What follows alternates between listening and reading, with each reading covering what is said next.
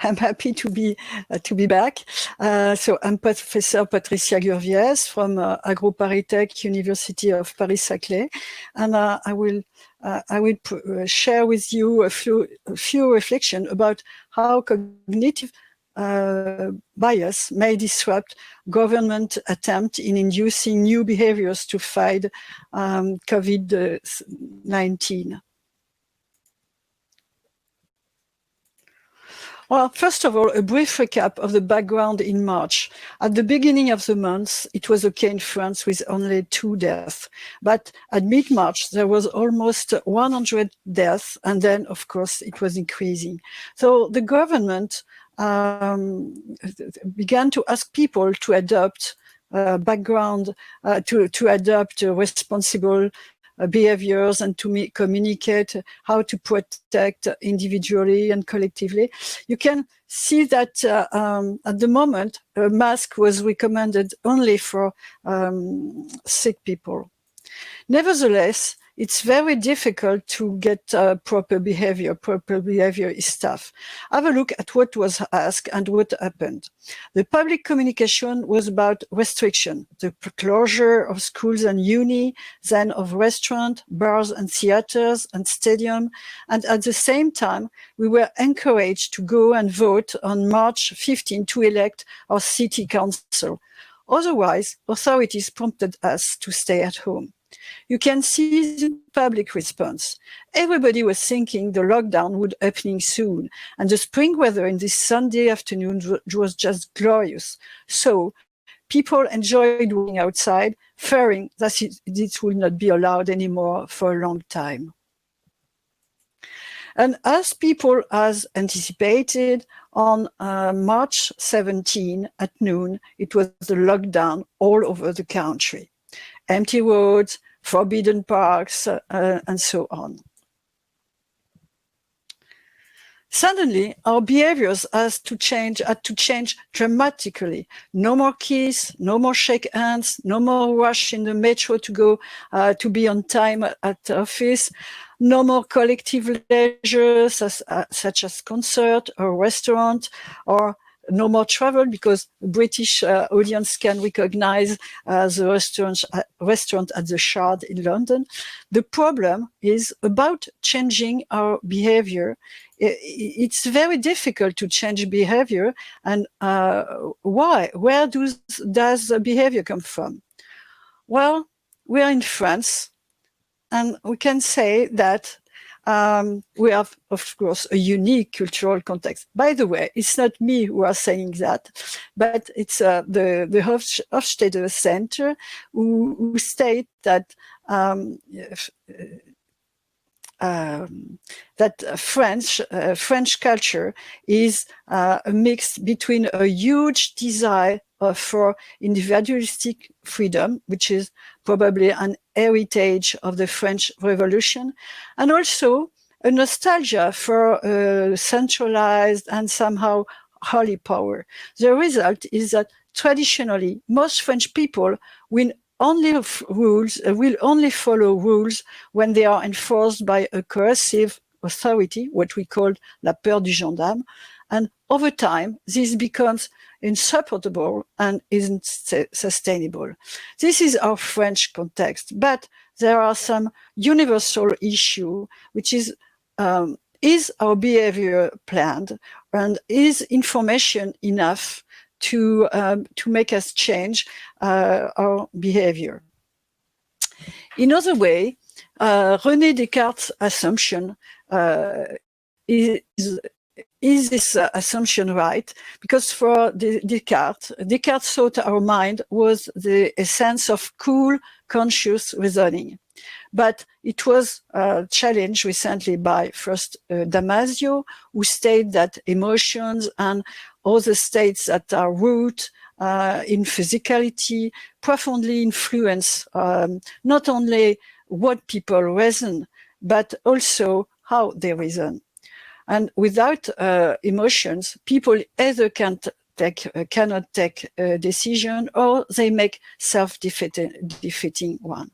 Then Daniel Kahneman, in Thinking Fast and Low, shows how two systems in our brain are constantly fighting over control of our behavior, and teaches us the many ways in which this leads to errors in memory and behaviors.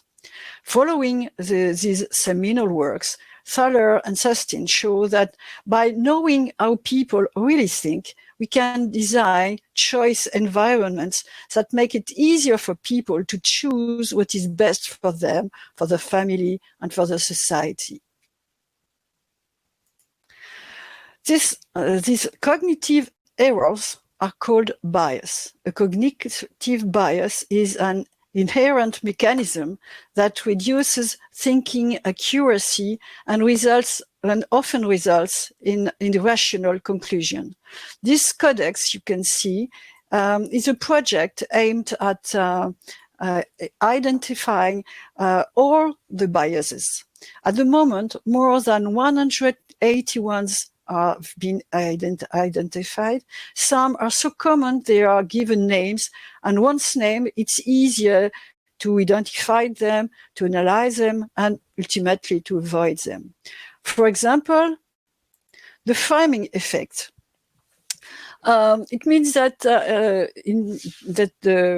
it's a bias in which people react to a situation according on how it is presented. Do they perceive more loss or gain? And for example, when you say 2% mortality rate, it's much more anxious. It leads to much more anxiety than if you speak about 98% recovery rate, but just the same. Encourage a bias consists of overweighting information compared to information later. For example, as I told at the beginning, the public health communication about masks was that they were only for sick people and medical staff. But actually, it becomes very soon obvious that the reason why was that we, as many other countries, were short of masks. So a lot of people saw it as a deception. They kept it in mind and lost confidence in public health information as the second lockdown happened. Well, I just speak about social norm because I know I'm late. So social norm is about the importance we give to other people's supposed behavior. For instance, this is my first homemade mask in March, since it was impossible to buy some.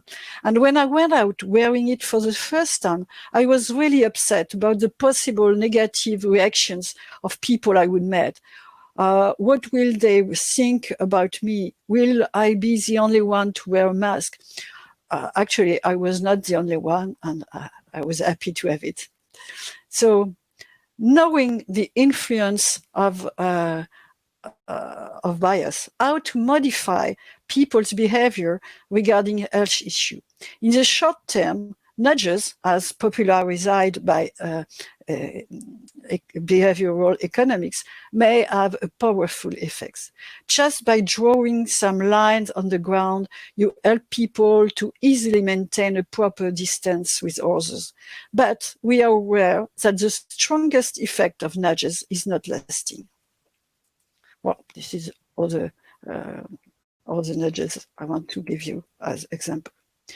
But so for the short term, it's okay. But in the medium term, why not consider social marketing as an alternative to top-down public information?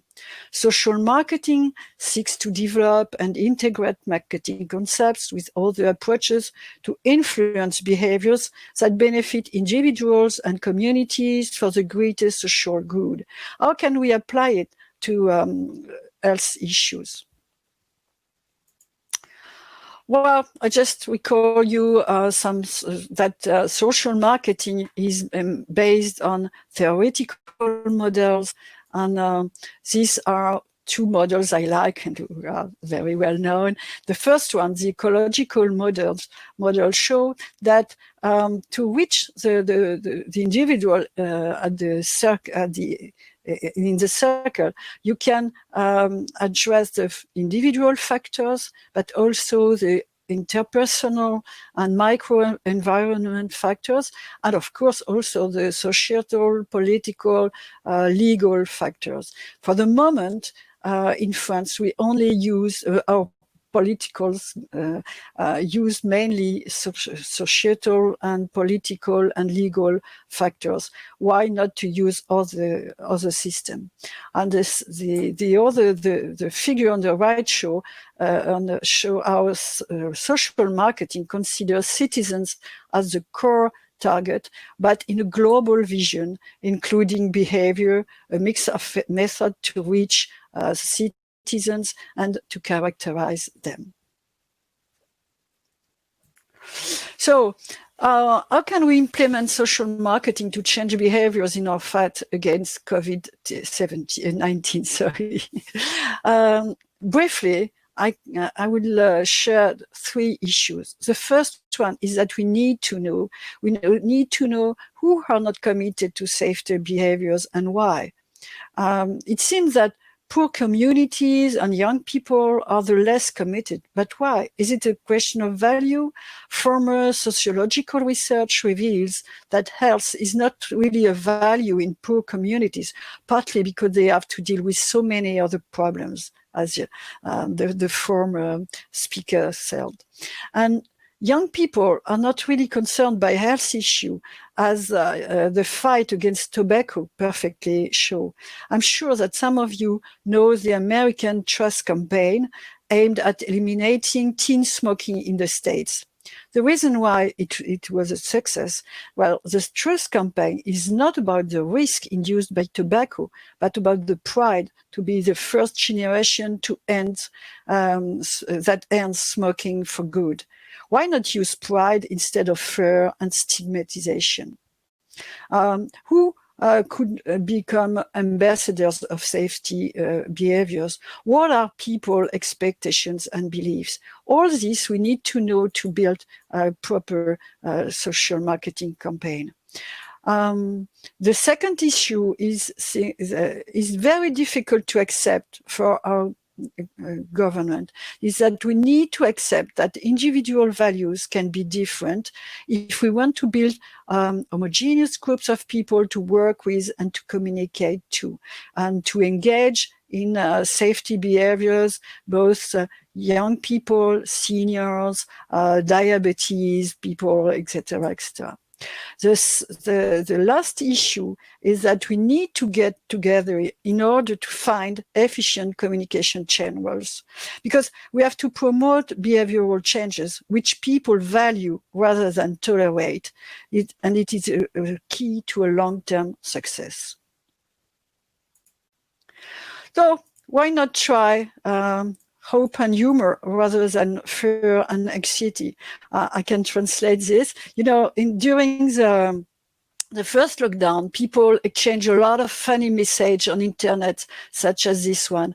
Okay, guys, it's about 10 p.m. Let's remove my day PJ and after this hard day and put on my night PJ. Well, I hope you found it funny. And thank you for your attention. Are there any questions? This is 2 books I wrote for the first one, and I participated for the second one. Are French ready for nudges? Why not, Gilles? I think that, for example, this stuff of offline in the streets, it's very easy to implement, and it worked, at least at the beginning. For example, this picture, I took it in the farmer's market with my beautiful mask, homemade mask. And at the beginning in March, it was working perfectly. I mean that everybody was working on this, was waiting on this line, and was not too close from the other people. But last week I went to the farmers market once again, and I noticed that the line was still existing, but people don't notice them anymore. That's the problem with the nudges. That when you remark that there is something different in your environment, it can work, but after that it becomes a part of your environment, and you don't see them anymore, and it doesn't help you anymore.